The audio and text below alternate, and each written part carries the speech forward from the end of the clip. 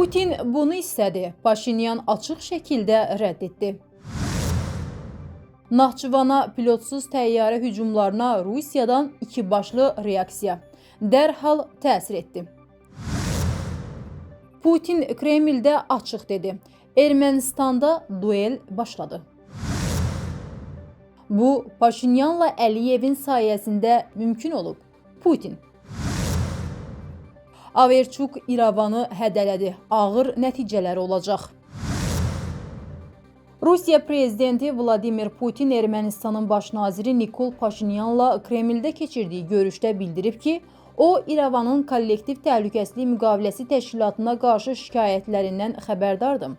Ancaq Ermənistanın Praqa sammitində Qarabağı Azərbaycanın bir hissəsi kimi tanımasından sonra KTMT-nin prosesə müdaxilə edə bilmədiyi aydındır. Putin ilk dəfə deyil ki, Paşinyanın Qarabağın Azərbaycanın tərkib hissəsi kimi tanımasını qəribə hal kimi dəyərləndirir. Axar TV xəbər verir ki, bu sözləri politoloq Elxan Şahinoğlu qeyd edib.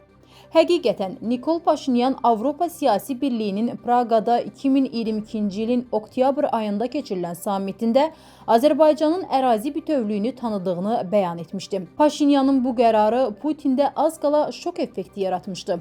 Putin sonraki açıqlamalarında ona işarət edirdi ki, Paşinyan Azərbaycanın ərazi bütövlüyünü tanımaqla Rusiya sülh məramlılarının Qarabağda fəaliyyətinə son qoydu. Putin hətta açıqlamalarının birində söyləmişdi ki, Rusiya uzun illər Qarabağda referendum keçirilməsi təklifini dəstəkləyib. Putin bununla demək istəyib ki, Paşinyan Kremlin Qarabağla bağlı planlarını pozdu. Belə çıxır ki, Paşinyan Azərbaycanın ərazi bütövlüyünü tanımasaydı, Putin Rusiyalı hərbçiləri Qarabağdan çıxarmayacaqdı. Halbuki, rəsmi Bakı sülh məramlıların 5 ildən çox bölgədə qalmasına razı değildi.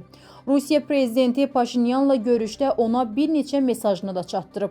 Birincisi, Putin deyib ki, Ermənistan həm Avrasiya İqtisadi İttifaqı, həm də Avropa Birliyinin üzvü ola bilməz. Paşinyan ikisindən birini seçməlidir. Putin Avropa Birliyi standartlarının Avrasiya İqtisadi İttifaqı standartlarından fərqli olduğunu Paşinyana xatırladıb. İkincisi, Putin Amerika Birləşmiş Ştatları prezidenti Donald Trump'ın İrəvan və Bakı arasında münasibətlərin yaxşılaşdırılmasında fəal iştirakını qeyd edib. O, bunun yaxşı və ya pis olmasını söyləməyib. Sadəcə deyib ki, Trump'ın çalışmalarından xəbərdardır.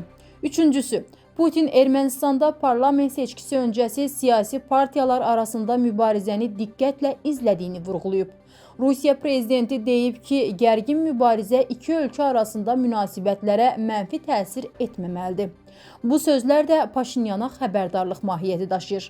Çünki məhz Paşinyan və onun nazirləri çıxışlarında radikal müxalifətin Rusiya ilə bağlılıqlarına işarə edirlər. Paşinyan geri qayıtdıqdan sonra Putinlə görüşün müsbət nəticələrindən danışacaq. Halbuki, Putinin Paşinyanla görüşündə səsləndirdiyi fikirlər Kreml sahibinin Ermənistanın baş nazirinə isti münasibətinə dəlalət etmir. Misal üçün, Putin Rusiyada yaşayan 2 milyon erməninin Ermənistanda səs vermə hüququna malik olmasını istəyib. Paşinyan bunun mümkün olmadığını deyib. Putin Rusiyada yaşayan ermənilərin Paşinyanın partiyasına səs verməyəcəyinə görə belə bir təkliflə çıxış edib. Putinin Ermənistanda parlament seçkisi öncəsində dostu və Paşinyanın rəqibi, eks-prezident Robert Köçəryanı da Moskvaya dəvəti istisna deyil. Politoloq bildirib. Martın əvvəlində Naxçıvanda baş verən pilotsuz təyyarə hücumları şimal-cənub dəhlizi boyunca nəqliyyata dərhal təsir etdi. Axar TV xəbər verir ki, bunu Rusiya baş nazirinin muavini Aleksey Averçuk TASS agentliyinə verdiyi müsahibədə bildirib. O, qeyd edib ki, Naxçıvana edilən pilotsuz təyyarə hücumları şimal-cənub beynəlxalq nəqliyyat dəhlizi boyunca nəqliyyata dərhal təsir göstərib və Mehri hissəsinin bərpasına investisiya qoymaq istəyən investorlar arasında etimad yaratmayıb. Paşinyanın Rusiyaya səfəri Putinlə görüşü iki hədəfə hesablanmışdı. Birincisi, seçki öncəsi Rusiya ilə münasibətləri normallaşdırmaq, ən azı daxili auditoriyaya, xüsusilə Moskvaya bel bağlayan müxalifətə Putinlə probleminin olmadığı mesajını vermək. İkincisi, Rusiyanın seçki prosesinə müdaxiləsini neytrallaşdırmaq. Seçki öncəsi gərginliyin kəskinləşməsi fonunda Putinlə təmasların davam etdiyi pozu Paşinyan hakimiyyətinə lazımlıdır. Çünki əsas oponentləri Moskva ilə dərin əlaqələrə malikdir. Putinlə şəxsi dostluğu olan Robert Köçəryan onun dəstəyi ilə hakimiyyət dəyişikliyinə ümid edir. Yeni siyasi qüvvə hesab olunan Rusiyalı milyarder Samvel Karapetyanın İrəvanda Kreml missiyasını icra etdiyi sir deyil. Paşinyanın kilsə ilə mübarizəsində də Rusiya Qaragin dəstəsinin yanındadır. Putinin sözləri Rusiyanın Ermənistandakı seçkiləri ən azı mövqelərini gücləndirmək fürsəti kimi gördüyünü deməyə əsas verir. Bunu İrəvanda da anlayırlar. Ermənistan hakimiyyətinin Avropa Birliyindən dəstək istəməsi, Brüsselin Moldova senarisinə əsasən İrəvana xüsusi missiya göndərmək planı da bundan qaynaqlanır.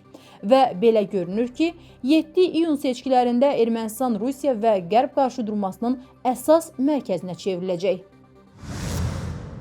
Baş nazir Nikol Paşinyan və prezident İlham Əliyevin səyləri sayəsində Ermənistanla Azərbaycan arasında münasibətlər sabitləşib. Axar TV xəbər verir ki, bu barədə Rusiya prezidenti Vladimir Putin Kremldə Nikol Paşinyanla görüşdə bildirib. Həmçinin Putin Azərbaycan-Ermənistan münasibətlərinin nizamlanmasında Amerika Birləşmiş Ştatları prezidenti Donald Trumpın iştirakını da xatırladıb. O qeyd edib ki, Qarabağın Azərbaycanın bir hissəsi kimi tanınmasından sonra kollektiv təhlükəsizlik müqaviləsi təşkilatının digər ölkələrin daxili işlərinə müdaxilə etməsi doğru deyil. Ermənistan geri dönüşü olmayan nöqtəyə yaxınlaşır. Axar TV xəbər verir ki, bunu Rusiya Baş nazirinin müavini Aleksey Averçuk deyib. Averçuk xəbərdarlıq edib ki, əgər İrəvan hazırki kursunu davam etdirərsə, Rusiya Ermənistanla iqtisadi münasibətlərini başqa cür qurmalı olacaq.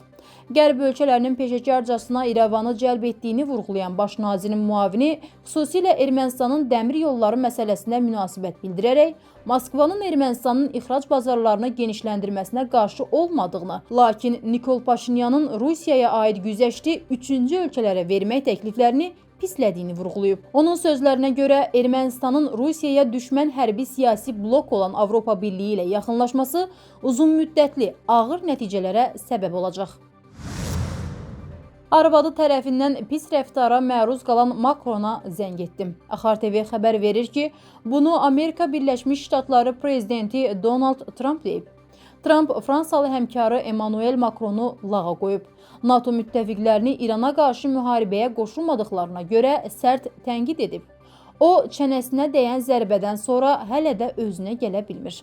Dedim ki, Emmanuel, pis insanları və ballistik raketləri məhv etməklə rekord qırsaq da, Fars körfəzində kömək almağa çox şad olardıq. Yardım almaqdan çox məmnun olardıq. Mümkünsə, dərhal gəmilər göndərə bilərsinizmi? Daha sonra Trump fransız aksentini təqlid edərək Macronun ona cavabını açıqlayıb. Xeyr, biz bunu edə bilmərik, Donald. Müharibədə qalib gəldikdən sonra bunu edə biləcəyik.